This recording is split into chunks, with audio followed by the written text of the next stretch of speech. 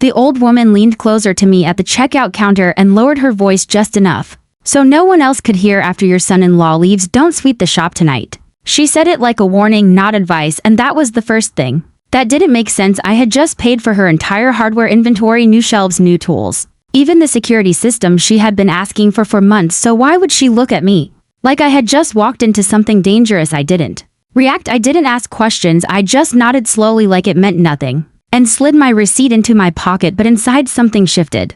Because people don't whisper warnings without a reason, and they definitely don't do it in their own store, not unless they're afraid of being heard. My name is Edward Grant, I'm 63 years old. And for over 30 years I worked as a federal investigator specializing in financial fraud and organized deception. I've spent most of my life studying patterns, the kind most people miss, the kind that only reveal themselves when you stay quiet long enough to see them unfold. So I did exactly what I've always done. I stayed quiet, I watched, I waited. The shop was small but well organized.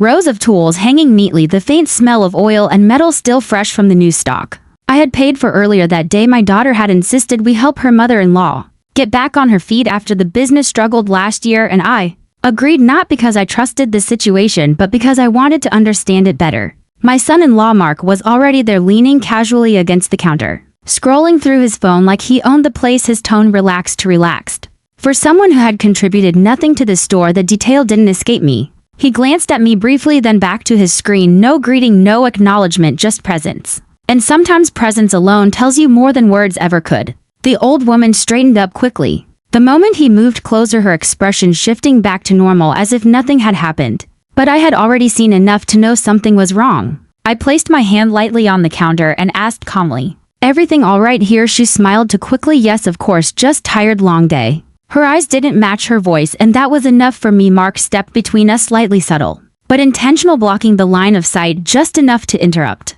whatever was about to be said. Again, small detail but important, because people who hide things don't stop conversations, they redirect them. I didn't push, I didn't challenge him. Instead, I thanked them both and stepped outside, letting the evening air settle around me. But the warning stayed with me. Don't sweep the shop tonight. It wasn't random. It wasn't meaningless. It was specific, and specificity always carries weight. I drove home slowly, replaying the moment again and again. The tone, the timing, the fear behind her voice. Something was happening in that store. Something connected to Mark, and whatever it wasn't new, it was ongoing. And the worst part wasn't what I knew, it was what I didn't know yet. When I arrived home, my daughter Emily was already in the kitchen preparing dinner. She looked up and smiled. "Everything go smoothly?" I returned the smile, calm, controlled. "Yes, everything's set up." She relaxed instantly, trusting my answer, and that told me something else. She had no idea what was really going on, which meant if there was deception here, it wasn't just business, it was personal, and personal deception is always the most dangerous kind.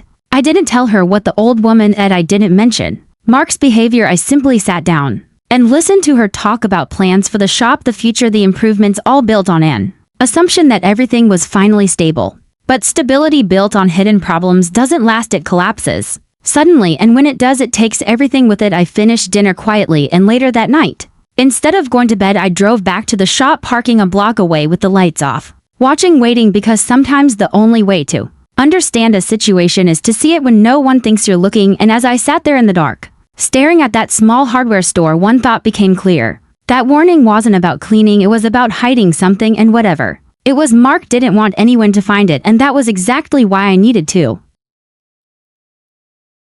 I stayed in the car longer than necessary, letting my eyes adjust to the darkness, watching the shop. From across the street, the lights inside were off, but that didn't mean it was empty, it just meant whoever was inside didn't want attention. And that alone told me more than anything else could. I didn't move, I didn't rush, I just observed. Because patience reveals patterns, and patterns reveal truth. About 20 minutes later, a faint glow appeared near the back of the store, not bright enough to be noticed from a distance, but enough to confirm movement. Someone was inside after closing hours, and that wasn't unusual on its own. What made it unusual was the secrecy behind it. I leaned forward slightly, narrowing my focus, and that's when I saw him, Mark, stepping into view near the rear entrance, phone pressed to his ear, voice low, body tense. This wasn't casual, this wasn't routine, this was controlled. I couldn't hear the full conversation, but I caught fragments just enough to understand the tone. "It's already here," he said quietly, "just give me time." I felt something settle in my chest, not surprise, not confusion, just recognition. I had heard that tone before in interrogation rooms, in cases where the truth sat just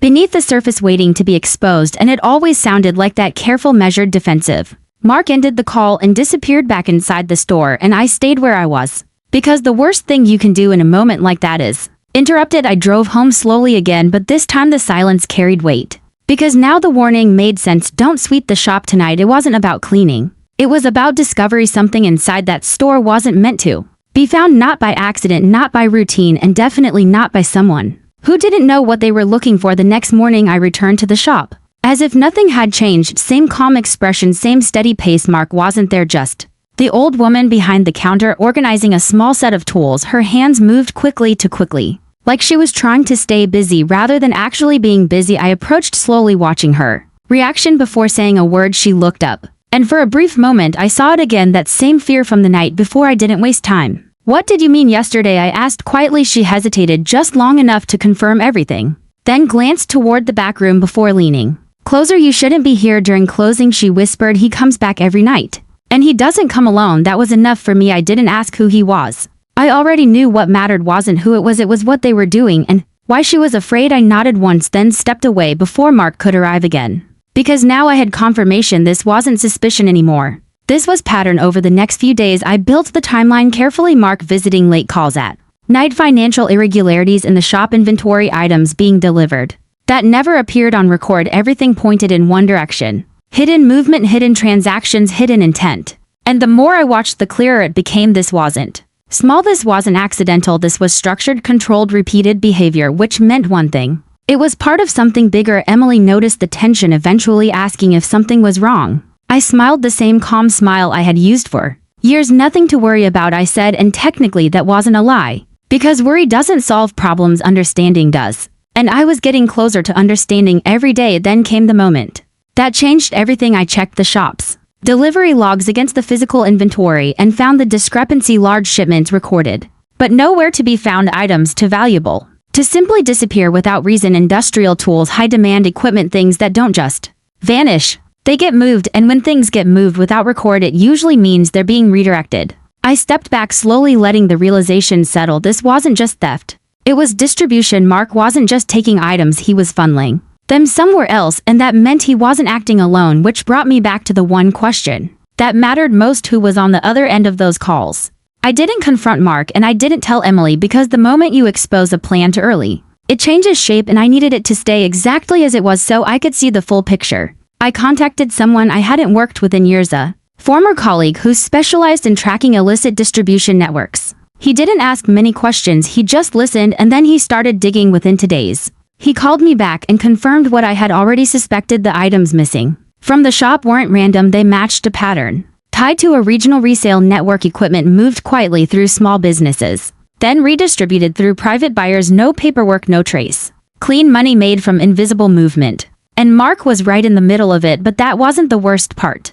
The worst part was how he got access. He wasn't just stealing inventory, he was using the shop itself as a cover, using family trust to move product without suspicion, and that's where it crossed from crime into betrayal. I stood in my study, letting that settle. Because betrayal inside a family doesn't break loudly, it breaks quietly in moments like this, when the truth becomes impossible to ignore. So I made a decision. I wouldn't stop him, I would let him continue.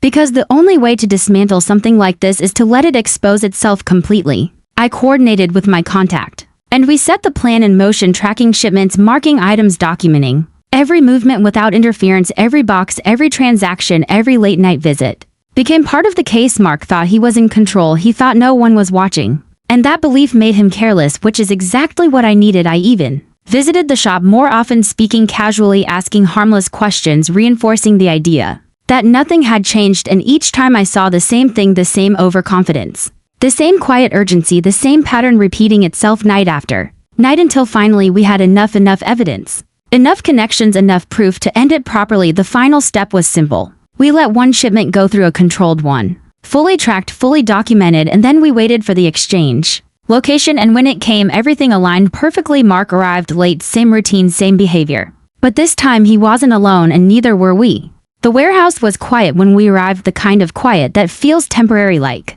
it's waiting for something to happen. I stayed in the shadows, watching as Mark stepped inside, carrying the last shipment, his movements confident, controlled, like he had done this many times before, which he had. But this time was different. This time every step he took was being recorded, every word captured, every action documented. He placed the boxes down and turned toward the others already waiting, and that's when everything ended. The lights came on. Suddenly sharp, bright, unforgiving. Mark froze the moment he realized what was happening. Confusion turning into panic in seconds. I stepped forward slowly, not rushed, not aggressive, just present, and that was enough. He looked at me like he had never seen me before. Like the man standing in front of him wasn't just his father-in-law, but something else entirely, something he had underestimated. You shouldn't be here, he said quietly. I held his gaze calm, steady. This was never your operation, I replied. You just thought it was. The officers moved in quickly, controlled, efficient, no chaos, no resistance. Because by that point there was nothing left to fight. The evidence spoke for itself. And Mark knew it. He didn't argue, he didn't deny. He just stood there watching everything collapse around him, realizing too late that the system he trusted to hide him had already been turned against him. Emily arrived later, confusion written across her face as the truth unfolded piece by piece. I didn't speak for him. I didn't explain his choices. I just stood beside her as she understood what had been happening right in front of her without her knowing, and sometimes that silence says more than any explanation ever could. Weeks later, the shop was open again, clean, stable, real, the way it should have been from the start. The old woman moved through it with a different energy, no fear, no hesitation, just relief. Emily stood beside me one afternoon watching customers come and go. I didn't know, she said quietly. I nodded. You weren't supposed to, because deception works best when it feels normal. She looked at me then like she finally understood not just what happened but why it happened. And as I stood there looking at that small hardware store, I realized something important. People don't destroy things all at once. They do it slowly, quietly, one decision at a time, until the damage becomes invisible, and by the time anyone notices, it's already too late, unless someone is willing to see what others ignore. Because the truth doesn't hide itself, it just waits for the right person to look in the right place at the right time.